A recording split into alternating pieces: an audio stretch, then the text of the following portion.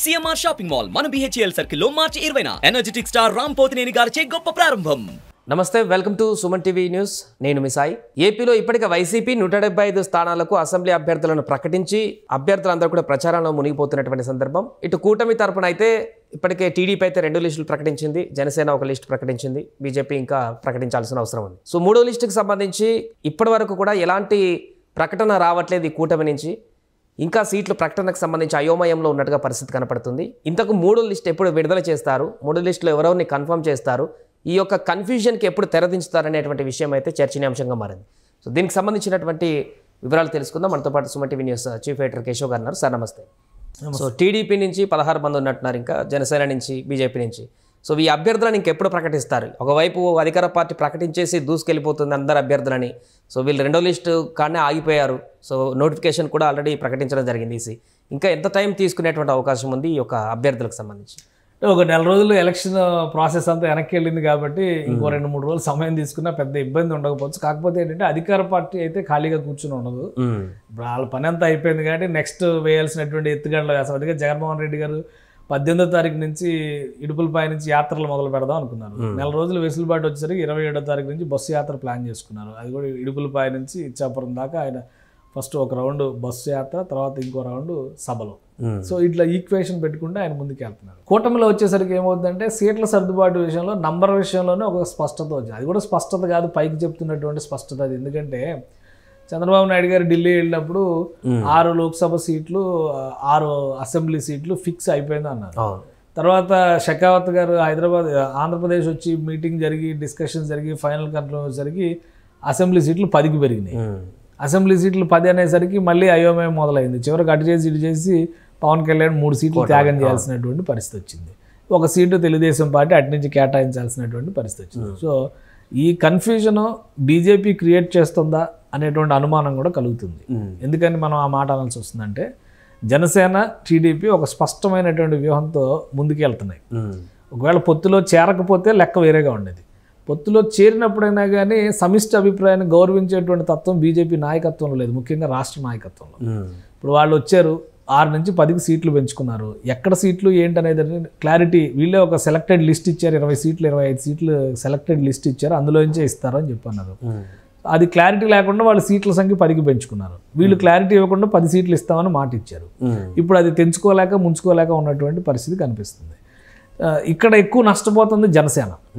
Already 24 సీట్లు అనుకున్న దాన్ని ఒక ఎంపీ సీట్ వదులుకున్నారు, 3 అసెంబ్లీ సీట్లు వదులుకున్నారు. అసెంబ్లీకి ఇప్పుడు క్యాండిడేట్లు అనౌన్స్ చేసేటువంటి పరిస్థితిలో మళ్ళీ అటు తెలుగుదేశం నుంచి నిరసనలు రావడం, ఈ నిరసనల నేపథ్యంలో మళ్ళీ వాళ్ళ బొజ్జగింపులు, అక్కడ అభ్యర్థులు పెట్టుకునేటువంటి పరిస్థితి. ఇంకా జనసేన ప్రకటించింది 7 సీట్లే.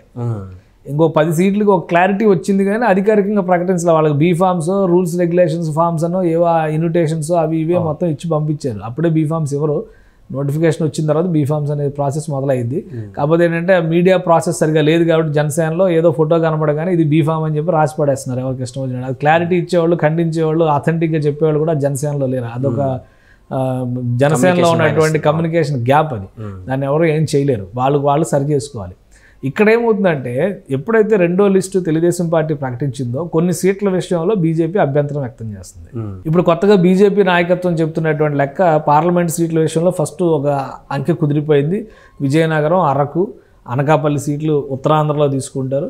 అలానే రాజమండ్రి సీటు ఒకటి తీసుకుంటారు. అంటే అక్కడికి వచ్చేసరికి ఒక 4 సీట్లు అవుతున్నాయి. మళ్ళీ ఈ ఏలూరు, నరసాపురం సీటు తీసుకుంటారు కాబట్టి ఏలూరు పాసిబిలిటీ లేదు. ఏలూరు రఘురామకృష్ణరాజు గారు ఆల్రెడీ ఖర్చీఫ్ వేసుకొని అక్కడ కూర్చుని ఉన్నారు కాబట్టి ఆయనకే ఇస్తారు. ఇంకొక సీటు రాయలసీమలో తిరుపతి లేదంటే ఇదే అనేటువంటి చర్చ ఫైనల్గా తిరుపతి అని చెప్పిన తిరుపతి ఎంపీ సీటు అన్నాడు. ఇప్పుడు కొత్తగా ఏంటంటే బీజేపీలో ఉన్నటువంటి ఇతర నాయకులందరూ దాని మీద కంప్లైంట్లు పెట్టారు, అధిష్టానానికి చెప్పారు. మాకంతా రాయలసీమలో అద్భుతమైనటువంటి బలమైన నాయకత్వం ఉంది, అసలు నామినేషన్ వేస్తే గెలిచిపోవడం ఖాయం అనేటువంటి రీతిలో కొంతమంది మాట్లాడుతున్నారు. అందుకే 4 అసెంబ్లీ సీట్లు రాయలసీమలో కావాలి, ఉత్తరాంధ్రలో 3 సీట్లు, దక్షిణ కోస్తాలో 3 సీట్లు, మొత్తం 10 సీట్లు కావాలంటున్నారు. తెలుగుదేశం ఏవి అనౌన్స్ చేసిందో అవి లెక్క చూపిస్తున్నారు ఒకటి, జనసేన పార్టీకి బలమైన నాయకత్వం ఉందో అది లెక్క చూపిస్తున్నారు ఇంకోటి. ఇది తేలేటువంటి వ్యవహారంలా కనిపించట్లా. ఎందుకంటే ఇప్పుడు అమలాపురంలో తెలుగుదేశం జనసేన పార్టీ నాయకత్వం బలంగా ఉంది. అమలాపురం సీట్ మాకు ఈసారి కావాలండి, లేదంటే అమలాపురం ఎంపీ సీట్ ఇవ్వండి అంటున్నారు. విజయవాడ వెస్ట్ కాన్స్టిట్యున్సీకి సంబంధించి జనసేన పార్టీ నాయకత్వం ఉంది, ఆ సీట్ అడుగుతున్నారు. లాస్ట్ టైం 2014లో పోటీ చేసి కూడా ఓడిపోయారు, కానీ ఆ సీట్ అడుగుతున్నారు. నరసరావుపేట కూడా లాస్ట్ టైం పోటీ చేసి నరసరావుపేట అభ్యర్థిని ఇంకా ప్రకటించాల. ఈ సీట్లు ఖాళీగానే ఉన్నాయి. అమలాపురం ఎప్పుడైతే ఇది మన అమలాపురం తర్వాత విజయవాడ వెస్ట్ ఖాళీగానే ఉంది. నరసరావుపేట ఇంకా అనౌన్స్ చేయాల. నరసాపురం జనసేన కోటాలోకి వస్తుంది, వాళ్ళే అనౌన్స్ చేయాల, కానీ ఆ సీటు కావాలంటున్నారు. తాడేపల్లిగూడెం లాస్ట్ టైం పైడికొండల మాణిక్యాలరావు గారు గెలిచారు, ఆయన ఇప్పుడు లేరు, చనిపోయారు. కాబట్టి ఆ సీటు జనసేనకే ఇచ్చేయాలని చెప్పారు. జనసేన అభ్యర్థి అక్కడ బలంగా ఉన్నారు, క్యాంపెయిన్ కూడా మొదలు పెట్టుకున్నారు. అలాంటి సీట్లు అడుగుతున్నారు.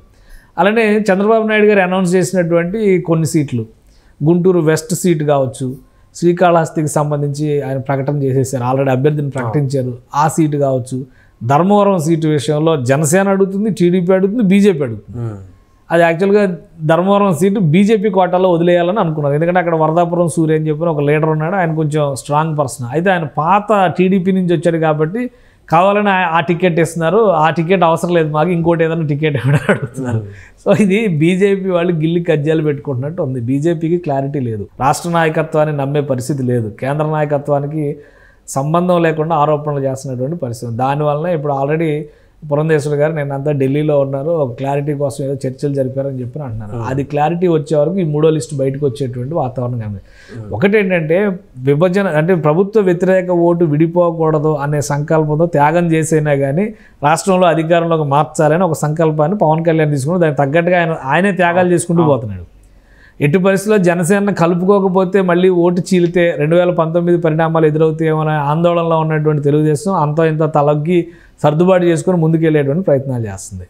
1% ఓటు లేని బీజేపీ ఇక్కడ రాజకీయాలు మొత్తాన్ని, ఎందుకంటే ఆల్రెడీ షర్మిల చేస్తున్న కామెంట్లో ఏమీ తప్పులేదు. బీజేపీ అంటే బాబు జగన్ పవన్ అంటుంది కదా, వీళ్ళు వచ్చినా వాళ్ళు వచ్చినా ఎవరు వచ్చినా కానీ రాష్ట్రంలో ఉన్న నాయకత్వాన్ని మొత్తం ఆడుకునేటువంటి అవకాశం బీజేపీకి మాత్రమే ఉంది. కాబట్టి కేంద్ర నాయకత్వం లేదా జాతీయ స్థాయిలో ఉన్న బలాన్ని అడ్డం పెట్టుకుని బీజేపీ నాయకత్వం ఆంధ్రప్రదేశ్లో ఉన్న పార్టీలతో ఆడుకుంటుంది, రాష్ట్ర అభివృద్ధితో ఆడుకుంటుంది, ప్రజలతో ఆడుకుంటుంది. దీనికి మూల్యం చెల్లించేటువంటి రోజు ఖచ్చితంగా బీజేపీకి వస్తుంది. ఈ రోజు ఏదో అవకాశం ఉంది, ఇంతకంటే ఎక్కువ విర్రవీగారు. 2014లో ఉన్న పరిస్థితుల నేపథ్యంలో రాష్ట్ర విభజన అనేటువంటి అంశాన్ని తీసుకొచ్చి కాంగ్రెస్ పార్టీ ఇప్పుడు ఎలా అధోగతి పాలైందో అందరూ చూస్తున్నారు. కాబట్టి రాజకీయం అంటే 24 గంటల రాజకీయం కాదు, ప్రజా శ్రేయస్సు కోసం రాజకీయం చేయడం నేర్చుకోవాలి. అటల్ బిహారీ వాజ్పేయి ఉన్న టైంలో ఉన్న బీజేపీ వ్యవహార శైలి వేరు, ఇప్పుడున్న బీజేపీ వ్యవహార శైలి వేరు అని బీజేపీ నాయకులే చెప్తున్నారు. కాబట్టి ఇప్పుడు నడుస్తున్నటువంటి వ్యవహారం అంతా కూడా అలానే ఉంది. చివరి నిమిషం వరకు ఒక ఉత్కంఠ, ఒక ఒత్తిడి, అటు బాబుని ఇటు పవన్ కళ్యాణ్ని ఒక ఫ్రస్ట్రేషన్కి గురి చేసేటువంటి వైఖరి బీజేపీ నాయకత్వంలో కనిపిస్తుంది.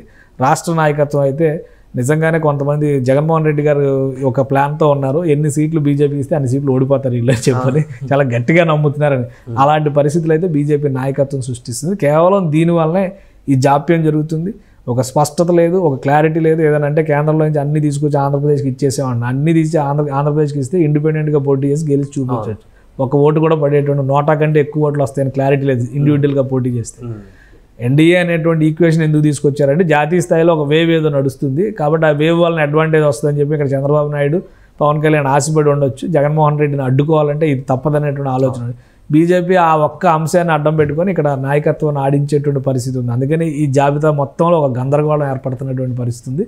ఇదే వైఖరి కనుక ఇంకొక వారం 10 రోజులు కంటిన్యూ అయితే అందరూ కలిసి అధికారాన్ని అప్పగించేటువంటి పరిస్థితి కూడా ఉంటుంది. రైట్. అలాగే మరొక చర్చ ఇప్పుడు వినపడుతుంది సార్, అంటే ఈ సీట్లో కొలికి రానిటువంటి సందర్భంలో మరలా జనసేనకు ఇబ్బందికరమైనటువంటి పరిస్థితి రావచ్చేమో. ఇప్పటికి 24 నుంచి 21 చేసుకున్నారు, 21 నుంచి కూడా ఇంకా కోత పడేటువంటి అవకాశం ఉందేమో అనేటువంటి చర్చ కూడా కొనసాగుతుంది.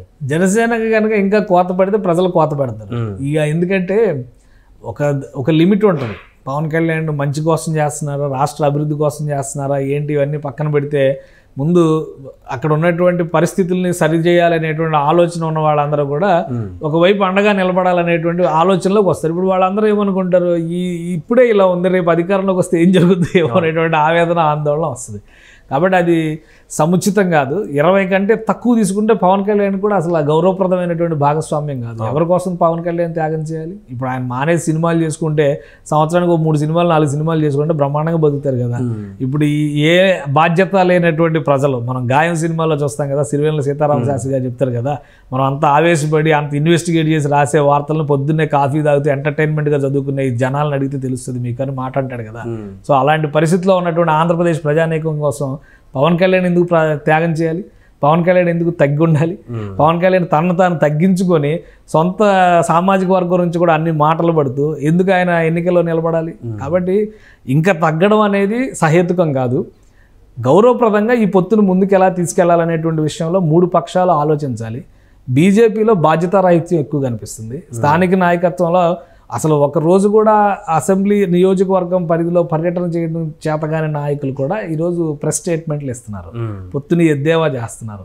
కావాలని మమ్మల్ని ఇలా చంద్రబాబు నాయుడు ఓడిస్తున్నారని చెప్పి ఎక్కడో పాత చరిత్రను అంతా తీసుకొచ్చి చెప్తున్నారు.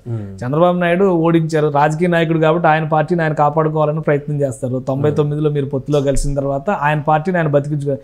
మీరు రాజకీయ నాయకులే కదా, మీ పార్టీని మీరు ఎందుకు కాపాడుకోలేకపోయారు? అంటే మీ పార్టీకి ఒక విధానం లేదా? 98లో 13% ఓటింగ్ వచ్చినటువంటి భారతీయ జనతా పార్టీ 99లో చంద్రబాబుతో కలిసిన తర్వాత 2004లో 2%కి వచ్చింది, 3%కి వచ్చింది అని చెప్పారంటే ఆ పర్సంటేజ్ని పెంచుకోవడంలో మీ నాయకత్వం ఎందుకు వైఫల్యం చెందింది ఫస్ట్ మీరు సమీక్షించుకోవాలి కదా. అదే మాట కన్నా లక్ష్మీనారాయణ గారు చెప్పారు. 2019 ఎన్నికల తర్వాత జనసేన పార్టీని తీసుకొచ్చి కలిపి 2 పార్టీలతో సమన్వయంతో ముందుకెళ్తే బలమైన ప్రత్యామ్నాయంగా నిలబడతామని ఆశించాం. కానీ బీజేపీలో ఉన్న నాయకత్వమే బీజేపీని చంపేసింది, పొత్తును చంపేసింది. అందుకనే నేను బయటికి వెళ్తున్నాను, బయటికి వెళ్ళి ఆయన తెలుగుదేశం పార్టీలో చేరాను. కాబట్టి అసలు ఇప్పుడు ఉన్నటువంటి బీజేపీ రాష్ట్ర నాయకత్వానికి ప్రశ్నించే హక్కు కానీ అడిగేటువంటి నైతికత కూడా లేదు. పదే చంద్రబాబు నాయుడు ముద్దాయిగా చూపించో, పవన్ కళ్యాణ్ ముద్దాయిగా చూపించో, ఇంకొక రకమైనటువంటి భావజాలంతోనో ఉన్న పొత్తుని దెబ్బతీసేటువంటి ఎత్తుగడ బీజేపీలో ఉన్నటువంటి నాయకత్వమే చేస్తుంది. దీనివల్ల ఎక్కువ నష్టపోయేది కూటమి ఇప్పటికైనా ఎలర్ట్ అవ్వాలి. అవసరమైతే బీజేపీ అవసరం లేదని పక్కన పెట్టి ఓన్లీ లోక్సభ స్థానాలు ఇస్తామని చెప్పి ఆ 4, 5, 6 అనుకున్నారు కదా, అక్కడికి పరిమితం చేసి జనసేన టీడీపీ కలిసి ఎన్నికలకు వెళ్తే ఫలితం ఎక్కువ వస్తుంది. ప్లస్ ఒక 2-3 రోజుల్లో ఈ అంశానికి ఒక క్లారిటీ ఇస్తే ప్రజల్లో కూడా ఒక స్పష్టత వస్తుంది. ఈ అయోమయంతో ప్రజలకు కూడా విరక్తి వస్తుంది, రాజకీయం అంటే చిరాకు వస్తుంది, ఓటు ఎవరికి వేయొద్దు నోటాకి వేద్దాం అనుకునే పరిస్థితి వస్తుంది. కాబట్టి పవన్ కళ్యాణ్ గారు నేను చెప్పారు, నోటాకి ఎందుకు వేస్తారంటే ఫ్రస్ట్రేషన్తో వేస్తారంట ఓట్లు. వీళ్ళు ఎవరు కూడా సరైన వాళ్ళు కాదు, ఇలాంటి వాళ్ళకి వేయకూడదు ఓట్లు అనుకున్న వాళ్ళు నోటాకి వేస్తారు. ఆ ఫ్రస్ట్రేషన్తోనే జనసేనకి వేయండి, మేము మీకు న్యాయం చేసి చూపిస్తాం అన్నారు. అంటే ఆయన ఎంత ఆవేదన చెందుతున్నాడు. ఒక సోషల్ ఎర్జ్ ఉంది పవన్ కళ్యాణ్లో, ఒక ఎమోషనల్ భావోద్వేగం ఉంది, దాన్ని ఆయన చెప్పేటువంటి ప్రయత్నం చేస్తున్నాడు. ఆయన దానికి రకరకాల ఇంటర్ప్రిటేషన్లు చేసేటువంటి ప్రయత్నం మిగతా రాజకీయ పార్టీలు, రాజకీయ నాయకులు. రాజకీయం అంటేనే ఆ పని కదా, వాళ్ళు ఏం తప్పు చేయట్లా, వాళ్ళ ప్రొఫెషన్ను వాళ్ళు కొనసాగిస్తున్నారు. ప్రజలు కదా స్థిరంగా స్థిమితంగా స్థితప్రజ్ఞతో ఆలోచించాల్సింది ప్రజలు కదా.